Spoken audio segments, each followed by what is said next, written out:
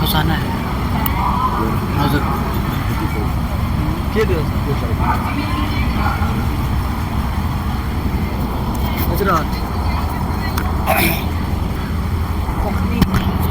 ابتدا تا انتہا،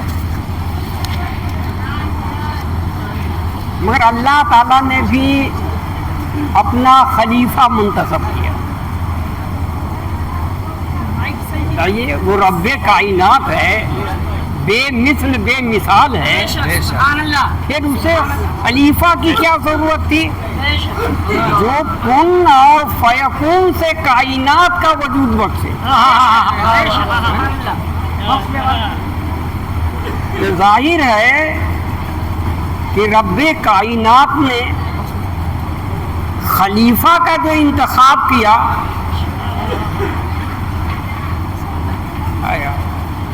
خلیفہ کا جو انتخاب کیا، ظاہر ہے یہ بات آئی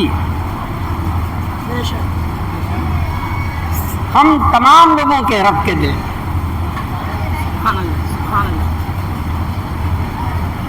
کہ میں بے نیاز بنوں، اور نظام دنیا اب خلیفوں کے حوالے کر دیں. قل واللہ احد اللہ الصمد، میں بے نیاز ہوں، اس لیے اللہ تعالیٰ نے خلیفہ کا انتخاب کیا کہ آپ نظام دنیا ان کے سپرد کر دیں. سبحان اللہ سبحان اللہ. تو خلیفہ کا انتخاب کرنا یہ سنت الہیہ، سبحان اللہ سنت الہیہ. تو آج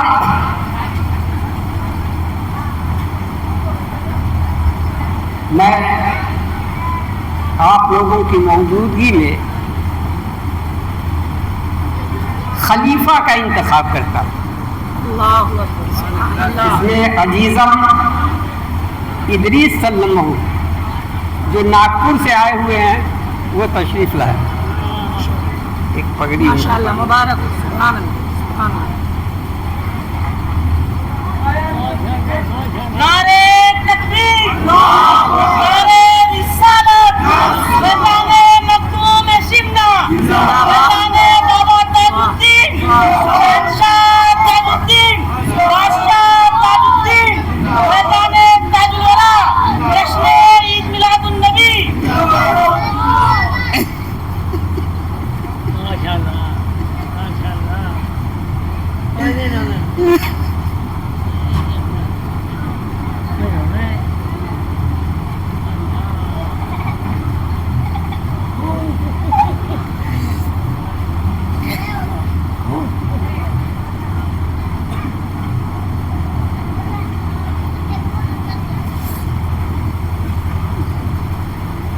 اور دوسرے خلیفہ جو جھارکھنڈ کے ہیں، راج محل پٹنہ میں مدرسہ چلا رہے ہیں، اور میرے پیر و مرشد جس زمانے میں آتے تھے اس زمانے سے یہاں آتے ہیں، وہ مولانا عصمت علی صاحب ہیں. آئیے میں سلسلہ قادریہ، چشتیہ، نظامیہ اور اشرفیہ کے خلافت آپ کو عطا کرتا ہوں.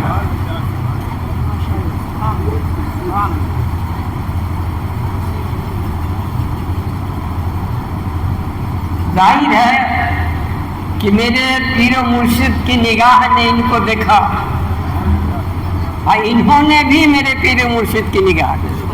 تو پھر بتاؤ میری نگاہ کیوں نہیں ان کو دیکھے؟ اس لیے منتخب کیا.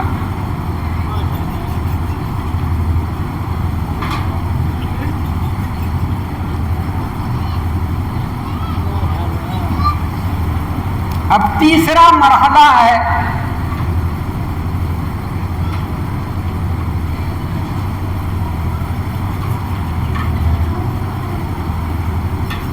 جانشینی کا. میرے بعد اس جگہ کو کون سنبھالے گا؟ اس لیے میں نے اپنے دوسرے نمبر کے صاحبزادے عزیز احمد افتخار کر رہا ہوں، اپنی سجادگی ان کو عطا کرتا. نعرے تکبیر!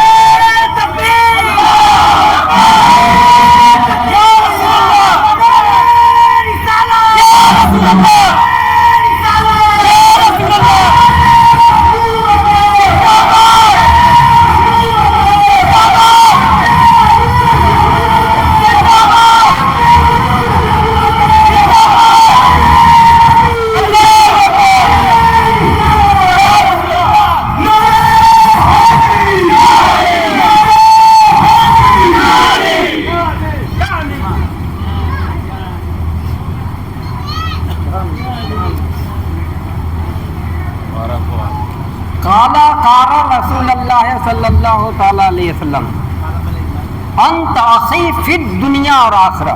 سبحان اللہ سبحان اللہ. آقا علیہ السلام نے فرمایا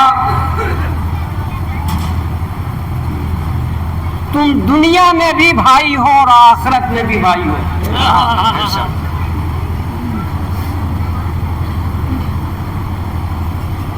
دیکھیے میرے درمیان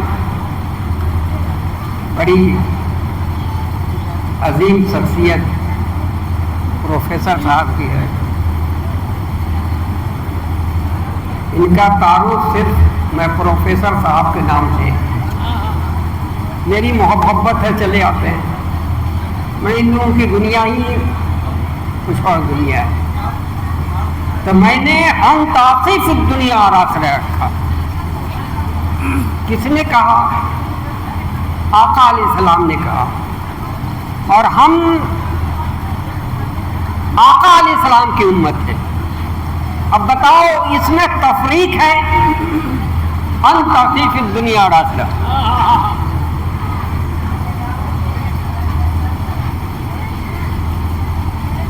تفریق کی ساری دیواریں منہدم ہو گئی. اور یہ سرکار مدینہ نے اس وقت فتویٰ دیا تھا جو مہاجرین مکے سے گئے تھے مدینہ، اور مدینہ کے انصاریوں کے درمیان جو آقا علیہ السلام نے ازدواجی زندگی قائم کی تھی، شادی کا رشتہ قائم کیا تھا. اب یہ مہاجرین قریشی ہیں اور وہ انصار ہیں، دونوں کے درمیان میں آپ نے رشتہ قائم کیا اور کہا انت اخی فی الدنیا اور آخرہ. میرے عزیز تفریق کو چھوڑ دو، لا تفریق بن جاؤ. چلو یہ مختصر. دوسرا، آج کی یہ تقریر حضور اشرف الاولیاء علیہ رحمت و رضوان کی محبت میں ان کی وصال پہ قائم ہوا.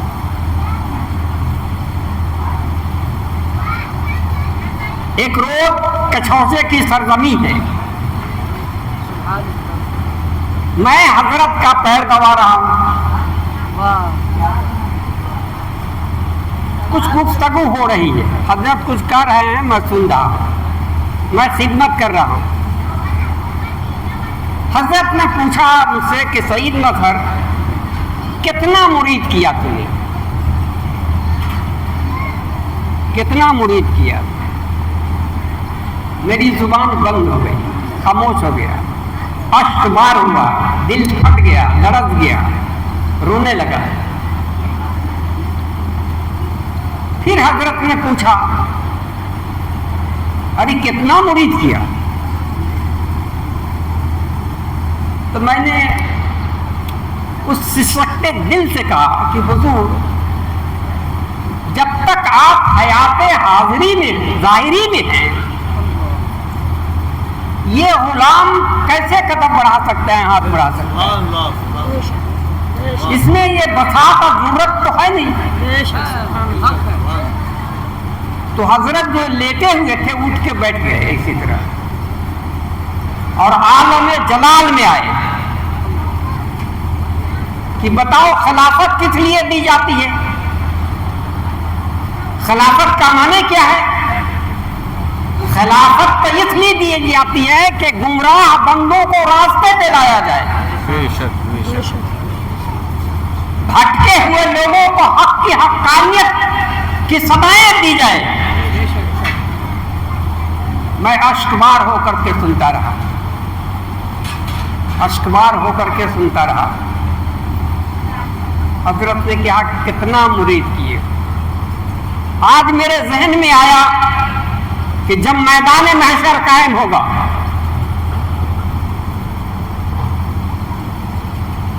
میں بھی اپنے تمام مریدوں کو لے کر کے پہنچ جاؤں گا آقا کی بارگاہ۔ حضور کل آپ نے پوچھا تھا کتنا مرید کیا، اب یہ دیکھ لیجئے کہ میرے مرید کتنے ہیں۔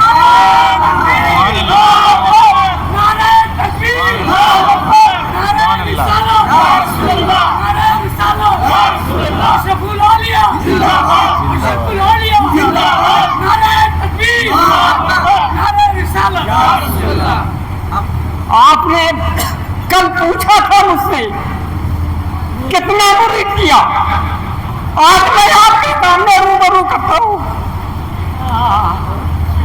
تو دیکھو جہاں وہ بدر منیر ایسی شخصیت جس نے ایک ناکارے پہ کرم فرما کر کے دنیا کے گوشے گوشے میں نمایاں کر دیا، حضور اشرف الاولیاء کی نگاہ کہ جتنے میرے مرید ہی نہیں جو میرے عاشق ہیں سب کو جنت کی بشارت دے دیں گے۔ سنو،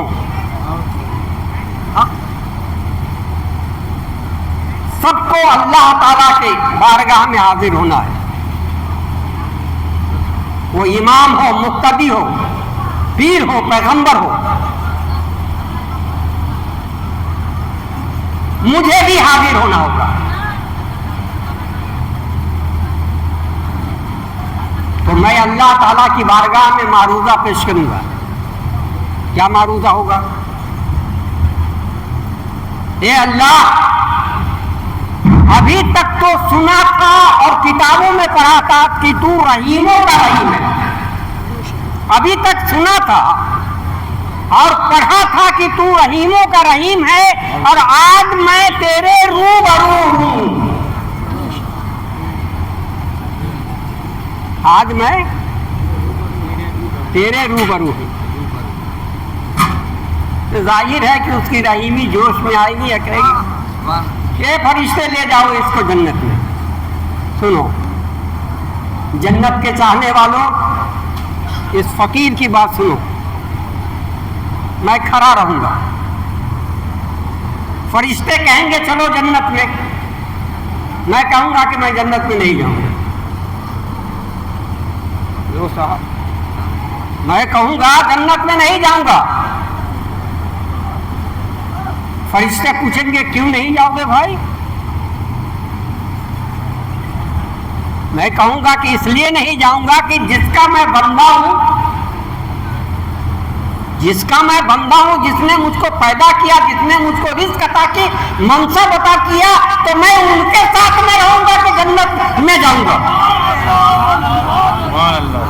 جنت ان کو مبارک ہو جو جنت کے طالب ہیں، میں تو عاشق مصطفیٰ ہوں، میں محبوب کو چاہوں گا۔ وما علینا الا البلاغ۔ کھڑے ہوئیے صلاۃ